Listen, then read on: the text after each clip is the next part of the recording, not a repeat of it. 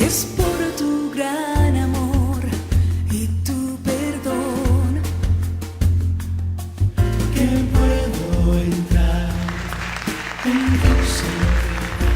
Es por tu gran Bien, bienvenidos en esta noche. Y ya hemos entrado al volumen número 12 y hoy estamos en el tomo número 1. Y en este tomo vamos a estar hablando del apóstol Juan. Vamos a escuchar y vamos a aprender acerca de los escritos de Juan. ¿Okay? Entrando en esta carta, hermanos, vamos a ver que Juan fue uno de los hombres más cercanos a Jesús. Quizá no fue del mismo ánimo que era Pedro. Juan era un muchachito joven cuando eso, calladito. Pero por esa cercanía que Juan tenía con Jesús, aprendió de él como su maestro y aprendió de una forma tremenda que lo deja evidenciado de la experiencia maravillosa que tuvo con Jesús que marcó su vida. Vamos a ver en esta carta materializado el amor que aprendió y que sintió de su maestro. Mire, Juan es el ejemplo a seguir si usted quiere ser un buen discípulo. Hombre o mujer, si usted quiere ser un buen discípulo, usted puede aprender del apóstol Juan. Definitivamente, él aprendió a seguir a Jesús. Y hablando de la primera epístola del apóstol Juan, vamos a ver que es una carta del Nuevo Testamento de la Biblia, y esta carta fue destinada a las comunidades cristianas que estaban en Asia Menor. Ya como ustedes saben, Pedro le escribió a esos expatriados, Judas le escribió a esos expatriados, y no es excepción, Juan también le escribe a esos expatriados que estaban por toda Asia Menor. Esta carta, obviamente, los exégetas se la atribuyen al apóstol Juan. Juan declara que Dios es amor, fíjese. Juan dice y articula los temas paralelos que presenta del siguiente modo. Por ejemplo, él dice que Dios es luz. Él dice que Dios es justicia. Él dice que Dios es amor. Y él dice que Dios es verdad. Jesús en los días de su ministerio dijo: yo soy el camino, la verdad y la vida. En otro pasaje dijo que él era la luz para los hombres. Juan lo afirma de esta forma, y en su escrito él muestra el nexo entre la condición de lo que él llama hijos de Dios, el amor a los demás y la fidelidad a Jesucristo, expresada en la vida práctica, la vida diaria, porque ahí es donde conocemos el amor de Jesucristo. Si usted quiere saber si una persona anda en el amor de Jesucristo, es bien sencillo. Mire su vida, oiga su vocabulario, observe a la persona hasta el lenguaje del cuerpo, y ahí usted sabe si esa persona está siguiendo el ejemplo de Jesús o no. Fíjense que Jesús en cierta ocasión dijo que por sus frutos los conoceréis. A una persona usted la conoce por sus frutos también. Y cuando tú tienes un maestro como Jesús y cuando tienes un ejemplo como Jesús, es bien fácil imitarlo a él. A principio es fuerte, pero después que lo aprendes te das cuenta que seguir a Jesús es un camino fácil. Sencillamente tienes que hacer lo que él dice y hacer lo que él hizo. Y cuando digo lo que él hizo, no me refiero a las prácticas judaicas de la ley. Me refiero al amor, a la paciencia, a la bondad, a cómo trataba con las prostitutas, cómo trataba con los borrachos, cómo trataba con las personas maltratadas, cómo trataba con los enfermos, cómo trataba con los despreciados. Ahí tú tienes el ejemplo perfecto para ver cómo debes de tratar con tus semejantes. Por su estilo y su doctrina está cerca del Evangelio de Juan. Hoy vamos a hablar un poquito del libro sinóptico que nuestros hermanos le dicen el Evangelio de Juan. Y vamos a ver en ese libro sinóptico de Juan para que usted vea que hay un paralelismo muy enmarcado, donde si usted lee, por ejemplo, Primera de Juan y lee el libro de Juan, se va a dar cuenta que es el mismo autor. Juan, por supuesto, escribió 3 epístolas. Escribió el libro sinóptico, que es conocido como el Evangelio de Juan, o como nuestros hermanos católicos le dicen, el Evangelio según San Juan. Y también él escribió el libro de Apocalipsis, que muchos le dicen el libro oscuro, Y Juan tuvo una trayectoria bastante larga. Yo creo que de todos los apóstoles, la trayectoria más larga la tuvo Juan. ¿Ok? Se considera el género literario no es precisamente el de una carta. Cuando usted la lee, usted no encuentra el género literario de una carta como el apóstol Pablo, que decía, Pablo, fulano de tal, a la iglesia que está en tal sitio, gracia y paz, etcétera, ¿verdad? No tiene ese formato porque cada escritor tiene su estilo, ¿no? Ahora, la razón por la que no parece una carta, y nosotros le llamamos una carta, y se ha llamado una carta desde el canón católico, es porque pues le llamaron una carta. Los destinatarios, obviamente, ya dijimos que posiblemente, aunque no están identificados en la carta, eran las iglesias que estaban en Asia Menor, y es muy posible que esta carta se haya multiplicado para que la recibieran los que estaban en Asia, en el Ponto, en Galacia, en Bitinia y hasta los confines de donde estaban ellos, ¿verdad? El autor se muestra, Juan, demasiado conocedor de la problemática que afrontaba la comunidad a la que le está escribiendo, como para que se trate de una obra solamente literario exhortativa. No es así. Juan parece que ya le habían informado y había, al igual que el apóstol Pablo, ¿se acuerdan que el apóstol Pablo una vez dijo, he sido informado por los de Cloé? ¿Se acuerdan? Pues aquí vemos a Juan escribiendo y es muy posible, a medida que entremos en materia en la carta, usted va a ver que él menciona a ciertas personas, inclusive menciona a unas personas que estaban fuera de orden y los identifica. También se ha discutido y escrito sobre el motivo de estas omisiones propias de la carta de entonces, pero sin llegar a conclusiones definitivas.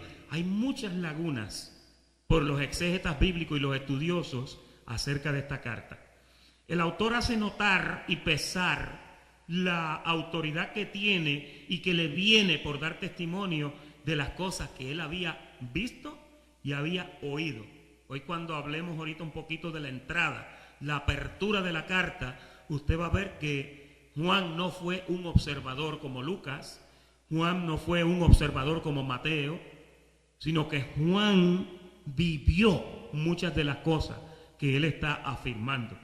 La tradición de la iglesia, hermanos, ha atribuido esta carta y el cuarto evangelio de Juan lo han atribuido a él. Hay argumentos que se han usado en contra de esa autoría y parten esos argumentos del hecho de que de ser Juan un apóstol, el escritor hubiera aprovechado esto para darse autoridad diciéndolo explícitamente en el texto. Usted no encuentra que en Juan dice Juan, apóstol de Jesucristo, no. Pedro lo dijo, Pablo lo dijo, Juan lo omitió. No sabemos por qué, pero no lo hizo. Sin embargo, hay suficiente prueba indubitable para tener seguridad de que había sido él. También el uso del plural, cuando él escribe sabemos, muchas ocasiones dice sabemos, habla no en primera persona, a veces habla en segunda persona, etcétera. Definitivamente se estaba identificando con un grupo o una comunidad que los exégetas le han llamado la comunidad juánica, por causa que este es Juan. La tercera carta y la segunda fueron escritas alrededor del año 100, según dicen. ¿Okay? Hay exégetas que dicen que fue en el 95, otros que dicen que fue en el 97. Y ahorita vamos a hablar un poquito acerca de la muerte de Juan, porque cuando se habla de la muerte de Juan se le da una fecha que quizás no concuerda con el año 100 para que él hubiera escrito la segunda y la tercera carta. Algunos escritores piensan que la escribió un discípulo de él conforme a las cosas que él había oído de Juan, alguien que estuvo bien cerca de él. Ahora, algo bien interesante que se lo puse en su panfleto ahí al principio, es que los escritores de los libros sinópticos, Mateo, Marcos, Lucas y Juan, son conocidos como los 4 evangelios, como dije anteriormente. Estos 4 escritores, hay 2 profecías en Ezequiel y ellos son representados como 4 animales. El primer animal, el primer escritor, Mateo, es representado como un ángel o como un hombre con alas. El segundo, que es Marcos, es representado como un león con alas. ¿Cuántos han visto en mucha de la mitología y en muchos de los artes viejos leones con alas? ¿Verdad? Y obviamente más tarde los gnósticos y también esta gente que son del color negro, los góticos, empezaron a inventarse las gárgolas. ¿Saben lo que es una gárgola? Que es un animal con una cara así bien grotesca, y muchos de ellos tenían alas. Se los ponen en las esquinas a los edificios a veces, las gárgolas, ¿ok? Mateo es representado como un hombre con alas, a un ángel. Marcos como un león con alas. Lucas es representado como un buey o un toro con alas. Fíjese, todos tienen alas, pero Juan en específico es identificado como un águila. Y la razón, en Mateo, que es el hombre con alas, comienza con la genealogía. Cuando usted lee a Mateo, usted ve que hay una genealogía de José, desde Abraham, y de ahí lo lleva directamente hasta Cristo, porque a Mateo le interesaba hablar de la genealogía para traerlo hasta la encarnación de Jesús y su naturaleza humana. Él consideró que eso era importante. Por eso usted nota que los 4 evangelios, Mateo, Marcos, Lucas y Juan, como le llaman, todos tienen un principio un poquito diferente, ¿ok? En el caso de Marcos, que es el león con alas, Marcos representa una figura de valor y de monarquía. Ustedes saben que al león le dicen el rey de la selva, ¿verdad? Lo del león es característico de la resurrección. Hay un pasaje profético donde habla del león de la tribu de Judá, ¿verdad? En Apocalipsis Juan lo menciona también. Se dice que los leones, oiga esto, se dice que los leones duermen con los ojos abiertos a veces. Hay unos tiburones que duermen en el fondo del mar y mientras las olas le van dando, se quedan dormidos, se van al fondo. Pero los tiburones tienen párpados, pero ellos no parpadean como nosotros. Los peces no tienen párpados, pero el tiburón, al igual que el cocodrilo, tiene unas membranas que cierran y abren. Cuando el tiburón muerde, los ojos se van hacia atrás, las membranas. Y dicen que los tiburones duermen. Pues los leones dicen que duermen con los ojos abiertos en muchas ocasiones. Yo los he visto que cierran sus ojos. Pero hay veces que por la noche posiblemente duermen con los ojos abiertos. Y según dicen, los felinos ven 10 veces más claro que nosotros en la oscuridad. El gato por la noche está como en su casa de noche. Y ellos pueden ver la presa y pueden ver todo en una claridad tremenda, ¿verdad? El león tiene esas características. Ellos en comparación con Cristo, que estaba en la tumba durmiendo, Cristo el Rey. Los cristianos que han creído en Jesús deben tener el valor en el camino a la salvación. Ahora, Lucas, que es el buey o toro con alas, figura de sacrificio. Ustedes saben que el toro le encantaba sacrificar bueyes. Los picaba por la mitad y los sacrificaba. Entonces, ellos son el significado de sacrificio, servicio, porque el buey se utiliza mucho para trabajar, ¿no?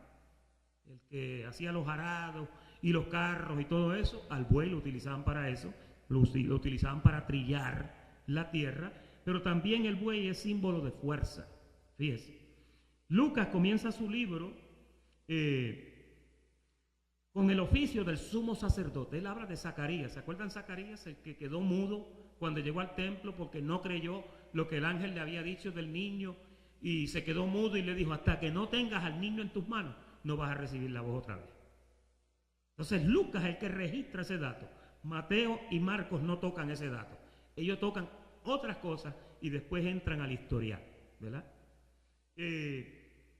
Representado el sacrificio de Jesús, su pasión y su crucifixión, así como Cristo como sumo sacerdote.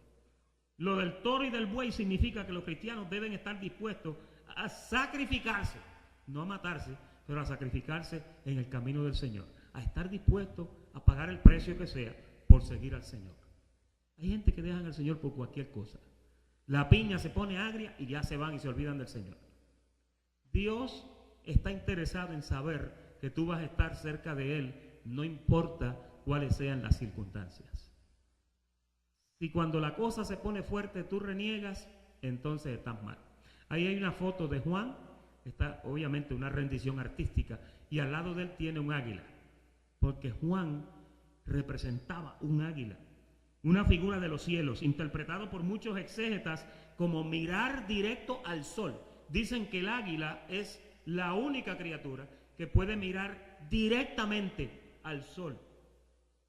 Juan comienza su libro desde la eternidad hablando del logos, de la palabra. Juan no comenzó con genealogía, Juan no comenzó con el profeta Zacarías, con el sumo sacerdote. No, Juan abrió su libro diciendo: en el principio era el verbo. Eso no tiene nada de historia contemporánea, sino que tiene una historia que es en los tiempos eternos. Porque dice: en el principio era el verbo, ya el verbo era. Cuando comenzaron la cosa, ya él estaba ahí. Y dice que era el verbo o el logos, que es la palabra. Entrando en unos detalles altísimos de la cristología, él comienza a hablar que ningún otro lo habla, y también representa la ascensión y la naturaleza divina de Cristo. En esto refleja que los cristianos no deben temer en su jornada por la tierra hasta llegar a su destino eterno, al igual que Jesús. Porque ahí es donde usted va a terminar. Usted sabe que usted va a terminar exactamente por el mismo camino, por donde entró Jesús, por ahí va a entrar usted. Fíjese que Pablo, cuando habla de esto, Pablo dice: por el camino nuevo y vivo que Él nos abrió a través del velo, esto es de su carne. Por ese camino vamos a caminar tú y yo también. Tú vas a terminar donde mismo está Él ahora. Cuestión de tiempo. Nosotros somos regidos por el reloj. Él se echó 33 años y medio en llegar ahí. Usted y yo hemos estado un poquito más tiempo. La respuesta para eso yo no la tengo. ¿Ok? Lo único que le puedo decir es que Él es paciente. No es que Él retarda su promesa, es que Él es paciente para con nosotros, no queriendo que ninguno se pierda, sino que todos sus elegidos sigan procediendo al arrepentimiento. Eso es todo. A Dios le interesa que sus elegidos, la simiente de Dios, lo conozcan. Y la Biblia dice, Juan, en el libro de Juan, el capítulo 6, allí cuando Juan escribe, citando a Jesús, Jesús dijo: porque todos me conocerán, desde el más mayor hasta el más menor, me conocerán porque ellos han sido enseñados por mí. Así dice Juan 6:45 por ahí. María lo va a poner a ver si yo estoy diciendo la verdad. Vamos a ver. Escrito está en los profetas: y todos serán enseñados por Dios. Así que todo aquel que oyó al Padre y aprendió de Él, viene a mí. Fíjate. Vamos a retroceder 2 versos ahí, María. Vamos al 43. Me parece que es el 43, que dice: ninguno, mira a ver el 44, ninguno, ahí está. Ninguno puede venir a mí si el Padre que me envió no le trajere. Fíjese. Por eso yo no le puedo decir a la gente: mira, ven a Cristo, mira, ven. No, lo único que le puedo decir es: reconcíliate. Reconcíliate con tu Dios, porque ya Él se reconcilió contigo. Pero ahí dice que el que los trae es el Padre. Y obviamente en el verso 45 decía que entonces Él es el que va a hacer ese trabajo, ¿no? Ahora, ya que es la voluntad de Dios llevar sus hijos a la gloria por medio de mucha tribulación y aflicción, este amado amigo de Cristo, Juan, tampoco se pudo escapar, sino que a través de toda su vida fue probado con diversas tribulaciones, según lo que el Señor había dicho acerca de él. A su hermano Jacobo le dijo, mira, Marcos 10:39. Marcos 10:39, para que tú veas lo que Jesús le dijo a ellos. A la verdad, del vaso que yo bebo, beberéis, y con el bautismo con que yo soy bautizados, seréis bautizados. Mira el otro verso, el 40. Pero el sentaros a mi derecha y a mi izquierda, eso no es mío darlo, sino a aquellos a quien está preparado. Parece que hay gente que están preparados para estar sentados ahí con Él, ¿verdad? Pero no todos se van a sentar ahí, porque como de grande va a ser la silla. No. Ahora dice, esto llegó a cumplirse en Él de varias maneras, en Juan. Los antiguos escritores escribieron que en Roma le metieron en una tina llena de aceite hirviendo. ¿Usted puede imaginarse eso? Mire esa fotografía. Eso es una rendición artística. Pero todos los discípulos de Jesús tuvieron una muerte trágica y horrible, horripilante, las muertes que tuvieron. Si usted pensaba que Pedro la tuvo de malas, mire esta situación. Porque a Pedro lo crucificaron y ahí quizás le dieron un lanzazo y murió. Pero mire este hombre ardiendo en una olla de aceite. Y tú sintiendo ese calor y ese dolor.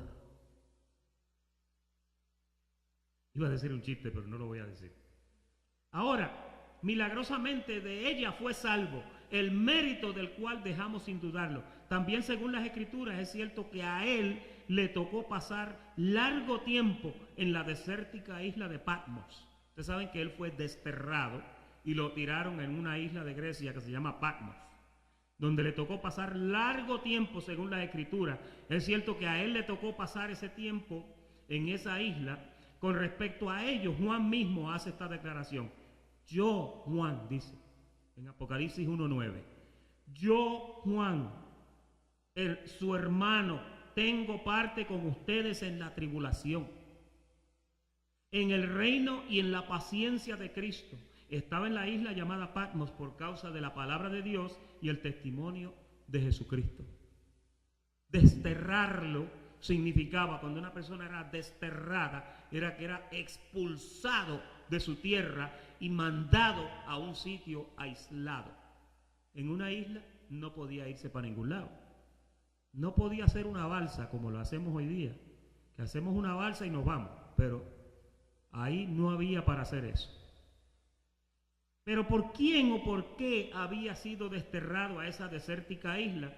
No nos dicen exactamente las escrituras, excepto que él estaba en tribulación por la palabra del Señor. Algunos de los escritores antiguos, sin embargo, sostienen que el emperador Domiciano desterró a Juan, oiga esto, cerca del año 97. Imagínense, usted le añade 67 años después de Cristo, o 64 después de Cristo. Entonces dice ahí, quien lo había sentenciado y lo desterró en esa isla en su ira y disgusto porque Juan predicaba la palabra de Dios. En dicha isla, situada en el Mediterráneo entre Asia Menor y Grecia, aproximadamente a unos 190 kilómetros hacia el noroeste de Jerusalén, fue en verdad abandonado por todos, quedándole solamente la compañía de fieras salvajes y de animales venenosos que habitaban aquel lugar. No obstante, Dios habitó con él, dándole su consuelo celestial. Durante su destierro, el Señor se le presentó y le reveló una gloriosa revelación que todavía, mire, a mí se me hace difícil. Cuando yo leo el libro de Apocalipsis, le confieso, se me hace difícil entenderlo. No voy a caer en el error que han caído muchos, que han dicho que Juan estaba borracho, que Juan no sabía lo que estaba hablando. No, porque fíjese, del libro de Apocalipsis yo te puedo decir esto. El ángel dijo, te voy a mostrar las cosas que fueron, pasado, las cosas que son, presente, y las cosas que serán, después de esta, futuro. El libro de Apocalipsis no es todo futuro. En el libro de Apocalipsis hay un montón de cosas pasadas, habían un montón de cosas presentes, ya han pasado 2000 años, y habrá cosas futuras. Por ejemplo, una de las cosas futuras de Apocalipsis, alguien que me diga, una, el regresar, otra, la iglesia será levantada, Apocalipsis 19, ¿qué más? Apocalipsis 21 dice, y he aquí vi un cielo nuevo y una tierra nueva, porque el primer cielo y la primera tierra habían pasado y el mar ya no era más. Eso no lo hemos visto, eso es futuro, ¿ok? Pero es un libro complicado y sencillamente no todo el mundo puede meterse en este libro. Usted puede escuchar a 100 predicadores hablando de Apocalipsis y yo le garantizo que con cada uno de ellos, incluyéndome a mí, si yo me metiera en eso, usted va a quedar más visco que un güey. Usted va a quedar totalmente turbado porque la información que hay es fuerte y es complicada.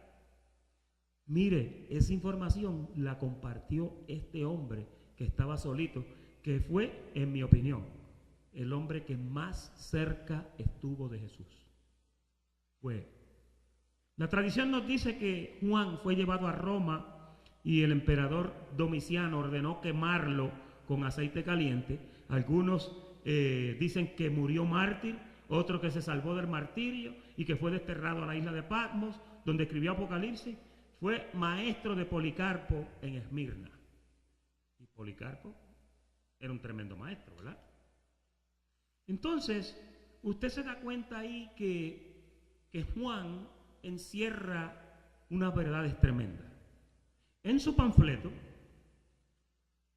y no se preocupe que yo no voy a hablar mucho, cuando vamos a ver el comienzo de la carta o del libro de Juan, primeramente, del libro sinóptico de Juan, ¿cómo abre Juan? Dice, en el principio era el verbo, y el verbo era con Dios, y el verbo estaba con Dios. Mira el verso 2. Este era en el principio con Dios. Todas las cosas por Él fueron hechas, y sin Él nada de lo que ha sido hecho fue hecho. Ahora pregunto yo, ¿a quién se está refiriendo ahí cuando dice por Él? Piense antes de contestarme. ¿Qué decía el verso primero? Que en el principio era ¿quién? El verbo, ¿verdad? Y dice que el verbo, ¿qué era? Estaba con Dios y el verbo era Dios, ¿ok? Ahora, mira el verso 2 ahora otra vez. Todas las cosas por Él, por el verbo, verso 3, perdón.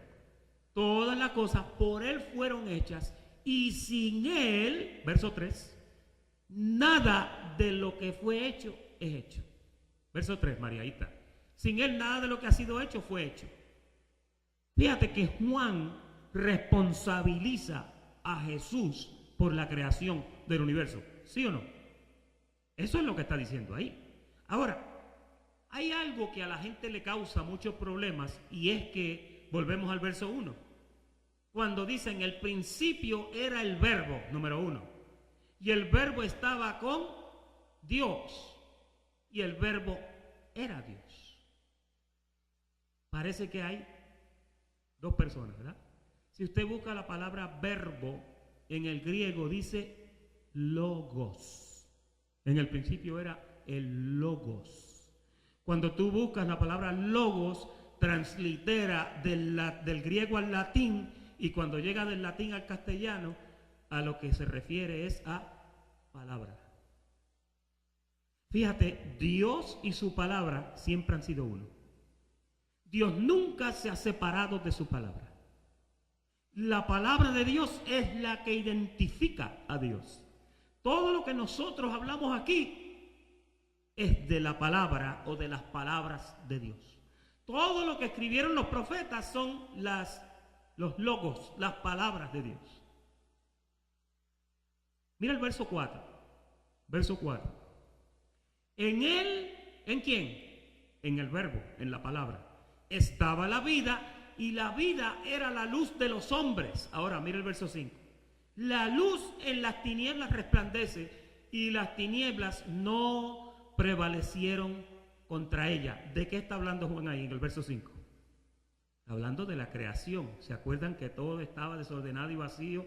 Y Moisés en su escrito dice, y dijo Dios, sea la luz. Cuando dijo sea la luz, ahí es que se entiende que la luz en las tinieblas resplandece, y las tinieblas no prevalecieron, dice, pasado, contra ella, contra la palabra de Dios que dijo, sea la luz.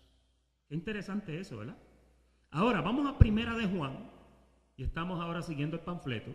Primera de Juan 1:1. Lo que era, mire el paralelismo que hay aquí.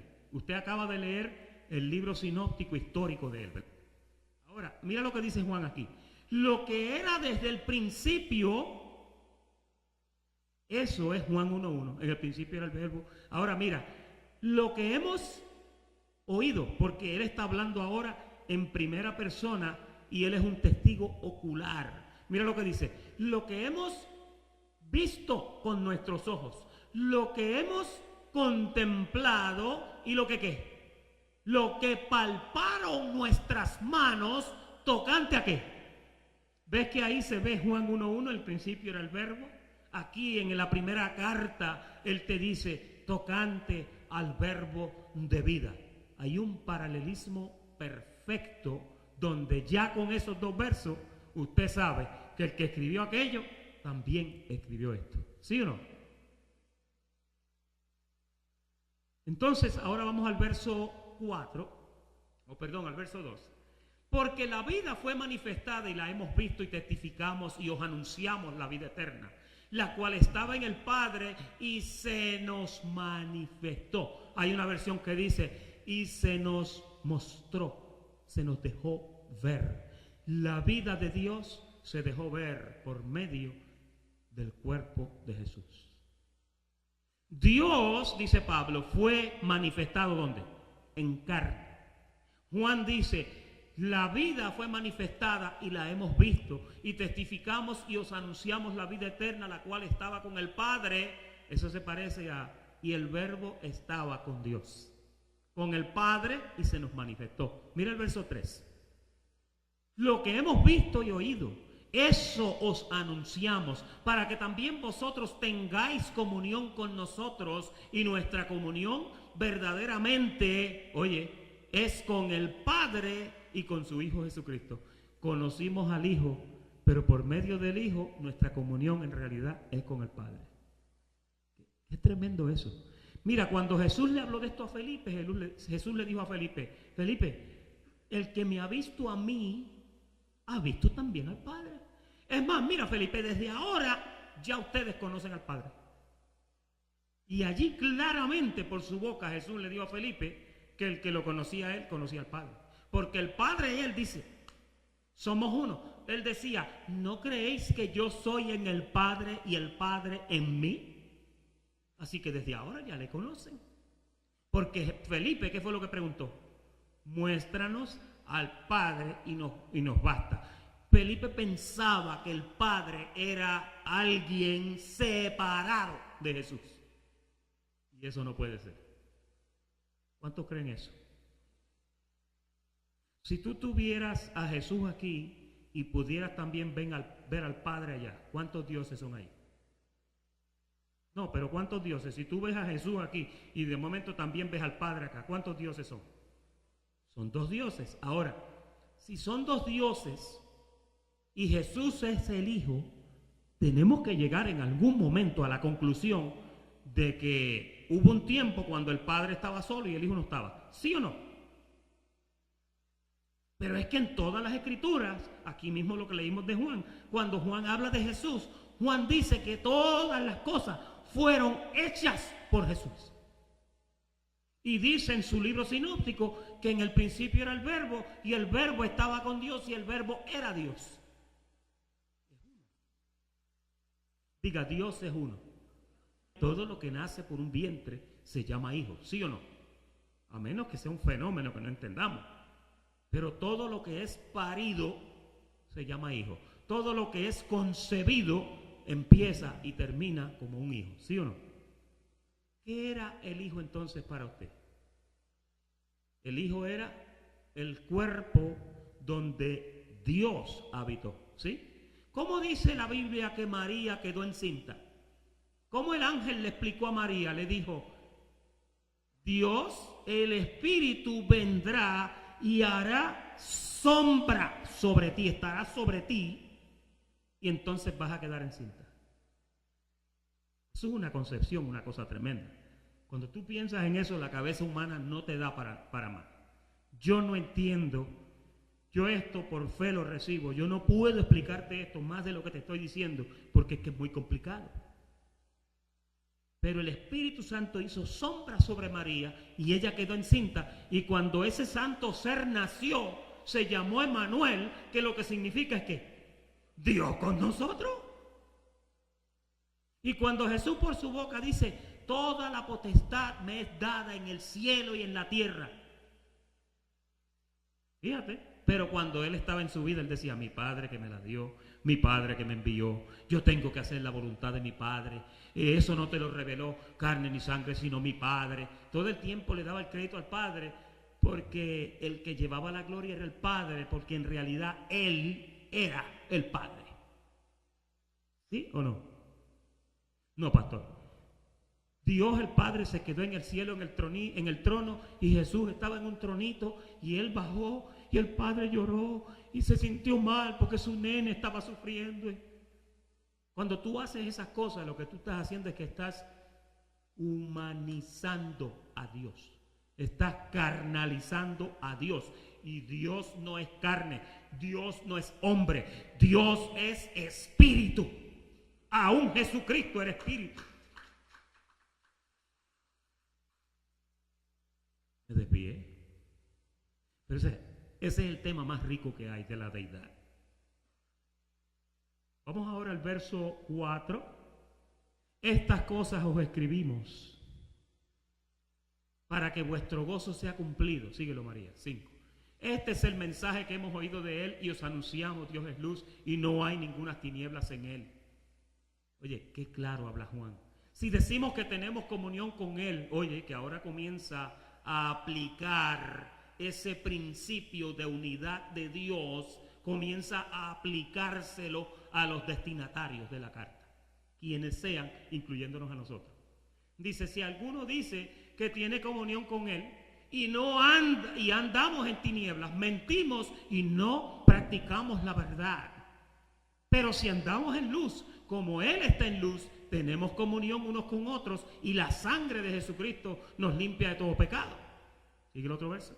Si decimos que no tenemos pecado, aquí está otro problema feo también. Nos engañamos a nosotros mismos y la verdad no está en nosotros. ¿Qué tenemos que decir tú y yo? ¿Qué tenemos que decir tú y yo conforme a este verso? Pablo lo dijo en Romanos 7, del versículo 18 en adelante. Pablo dijo, conozco esta ley, que el pecado mora en mí. ¿Lo dijo o no lo dijo?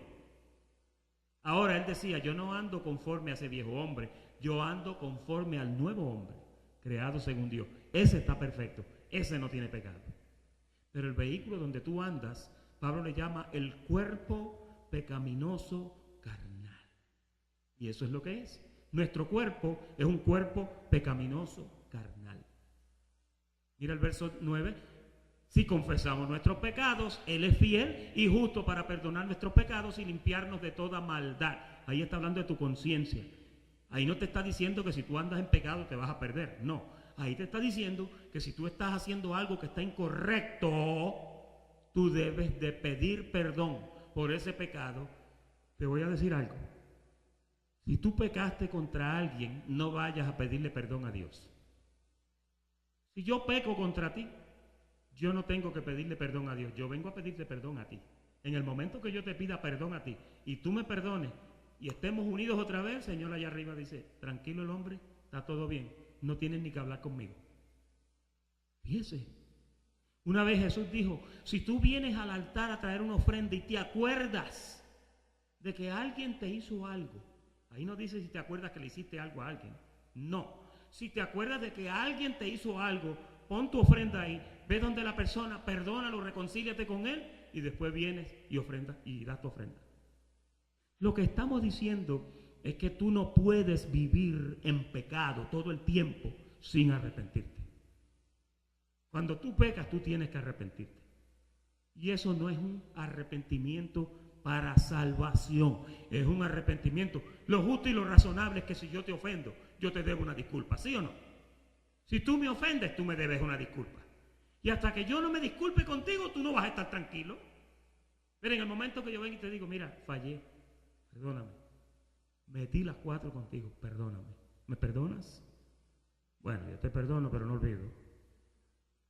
Pero por lo menos confesé mi pecado. A eso es que él se está refiriendo. Verso 10. Si decimos que no hemos pecado, le hacemos a él mentiroso y su palabra no está en nosotros.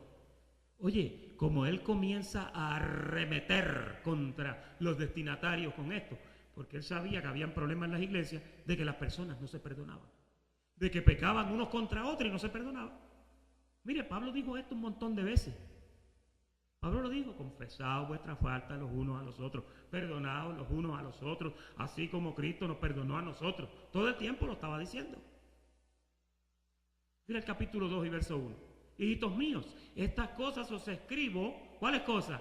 Las del capítulo 1, el que el hombre fue que dividió esto. Pero de lo que está hablando es de perdonar, de confesar las faltas, de tratar de estar en orden. Estas cosas os escribo para que no pequéis, y si alguno ha pecado, tranquilo, abogado tenemos para con el Padre, a Jesucristo el justo. Y eso, de ahí han sacado una corte con un juez que se llama el Padre y un abogado que se llama Cristo.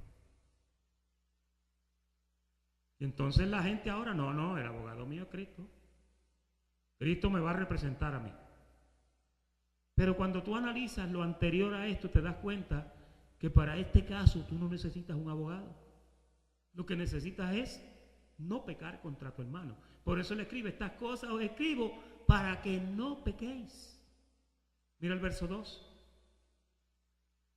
Y Él es la propiciación por nuestros pecados. Y no solamente por los nuestros, sino también por los de todo el mundo. Ahora, tú y yo sabemos que hay un mundo que no le puede recibir porque no le ve y no le conoce. ¿Sí o no? Cuando Juan escribió en Juan 3:16, porque de tal manera amó Dios al mundo, Él no se estaba refiriendo al mundo de los lobos. Él no se estaba refiriendo al mundo de los hijos de perdición, a los vasos de ira preparados para destrucción de antemano. No, Él se estaba refiriendo a los vasos de misericordia que Él preparó de antemano para gloria. Por eso fue que Él murió. Por eso cuando tú ves la profecía del profeta Isaías, en el capítulo 53, Él dice: y en un día justificará mi siervo a muchos. No dice todos. O sea, hay un grupo que ese es el grupo que a Él le interesa, que es el grupo que Él envió. Él dijo: el Hijo del Hombre vino a buscar y a salvar lo que se le había perdido. Pero no vino a salvar hijos de perdición, que Él mismo puso aquí, que son cizaña, que son lobos. Esa gente vinieron para crecer juntos con el trigo, pero al final de la siega, el trigo lo sacan y la paja la queman. ¿Sí o no? Si no, entonces Pablo miente cuando dice que hay vasos que son de ira preparados para destrucción. Tenemos que tener esa conclusión clara. Versículo 3. Y en esto sabemos que nosotros le conocemos, si guardamos sus mandamientos. 4. Y el que dice yo le conozco y no guarda sus mandamientos, oye, el tal es mentiroso y la verdad no está en él. Ahí pueden haber hijos de perdición y ahí también pueden haber ovejas que están turbadas, porque hay veces que las ovejas, como nos explicó el pastor, se comportan como si fueran lobos. ¿Sí o no? Pero el que guarda su palabra, en este verdaderamente el amor de Dios se ha perfeccionado. Por esto sabemos que estamos en Él. Versículo 6. El que dice que permanece en Él, debe ¿qué? Tú sabes que la gente, cuando oye este versículo, dice: no, pero es que yo no puedo andar como Jesús guardando los mandamientos. No es de eso que está hablando. Mire, aquí Juan no ha hablado ni de un mandamiento hasta ahora, en 2 capítulos. De lo que ha hablado es del perdón, de amarse los unos a los otros, de confesarse los unos a los otros. A eso es que aplica esto. Jesús oró por los transgresores. Jesús con la palabra nunca pecó, no ofendió. De eso es que está tratando de hablar Él. Hermanos, no os escribo mandamiento nuevo, sino el mandamiento antiguo que habéis tenido desde el principio. Este mandamiento antiguo es la palabra que habéis oído desde el principio. Sin embargo, os escribo un mandamiento nuevo. ¿Se sabe de dónde Él sacó esto? Esto lo sacó de Jesús, que Jesús decía: el que guarda la ley, el que ama al prójimo, no hay ley contra él. El apóstol Pablo en Galacia lo dijo también: contra tales no hay ley tampoco. Y aquí él dice que es verdadero en él y en vosotros, porque las tinieblas van pasando y la luz verdadera ya alumbra. El que dice que está en luz y aborrece a su hermano, vuelve a lo mismo, está en tinieblas. Fíjate. Y tú eres un hijo de luz, pero si tú andas en enemistad con tu hermano, tienes una nube llena de murciélagos encima de ti. porque no estás en paz con tu hermano. Por eso es que es necesario que estemos en paz con todos. El apóstol Pedro lo dijo y Pablo dijo, está en paz con todos hasta donde os sea posible. Que la paz de Dios gobierne en sus corazones. Versículo 11. O el 10, el que ama a su hermano permanece en la luz y en él no hay que. Fíjate, cuando una persona anda en amor, tú tienes muy pocos problemas con esa persona. Hay gente que son como el puercoespín. Por donde quiera que lo toques te hincas. Como el erizo, por donde quiera que lo toques te clavas una puya. No hay nada bueno para ellos. Siempre hay algo que me molesta. Nada me cae bien porque no sé. Y es que son erizos, son puercos espines. Tú tienes que dejar que se manifieste ese ladito suave tuyo. ¿Usted sabe cómo usted acaricia un puerco espín? Así. Nunca haga así. Si usted llega a hacer, va a caer con 20 púas. Pero el puerco espín es un animal. Los otros días había un hombre que tenía 2 de ellos en sus manos, le estaba dando comidita y los tenía así tranquilitos, mientras tú no te metas con él y no se mete contigo. Sea un buen puerco espín. Pero yo sé que nosotros tenemos ese ladito que si nos agarran por donde no es, vamos a hincar. Pero hay gente que son difíciles. Y no importa cómo tú lo acaricies, siempre te vas a clavar una púa. Versículo 11, va a salir de ahí. María, no dejes eso tanto tiempo. Pero el que aborrece a su hermano está ¿dónde? En tinieblas, y anda en tinieblas y no sabe a dónde va, porque las tinieblas le han ¿qué? Fíjate, estaba en luz porque dice que las tinieblas le cegaron los ojos. Hubo un tiempo cuando veía, pero cuando aborreces a tu hermano, Juan te dice, hay que quitarte el velo. Lo vamos a dejar ahí, porque el reloj dice que tenemos que dejarlo ahí. Y la semana que viene los continuamos. Los declaro bendecidos. Gracias a los hermanos de Facebook por la atención. Y hasta la semana que viene.